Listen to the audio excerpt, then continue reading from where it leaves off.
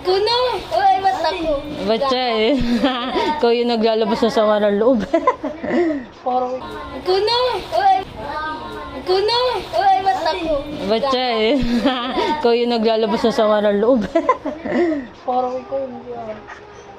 Ba? Tapos, parang parang pag di mo siya sinasama, tapos pag di mo siya libre or pag di mo siya bibigyan ng tapos kung di ba naging kaaway may naging kaaway kami, tapos yun, pag di namin siya pinigyan, tapos di ba siya, kakampi siya doon sa kaaway namin, tapos kung ano po yung sasabi namin doon sa kaaway namin, sinasabi niya, parang tapos kunwari, paano din Yung parang pag magkakagalit kayo, doon siya sa kabila naman.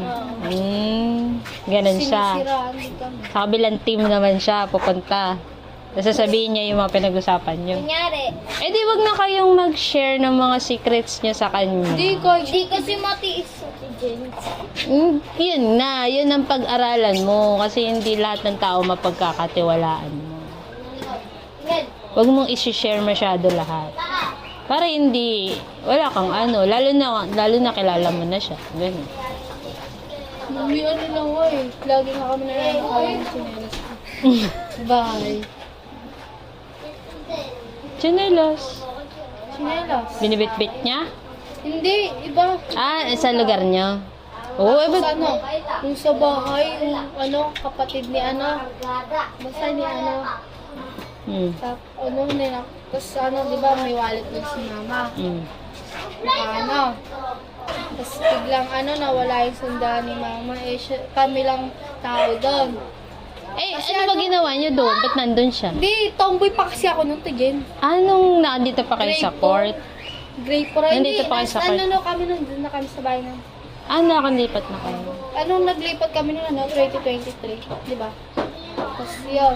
Bago-bago naman yung, natin, yung subject natin. Nalipat naman doon sa isa eh. Parang nandun tayo kanina sa friend mo na binabackstab ka. Bigla kang tumalon kay nalilito na kami.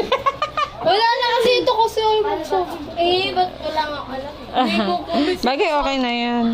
Sabi ka, bye. Bye. Tapos na po ang, Jenny Talks. Jenny Talks.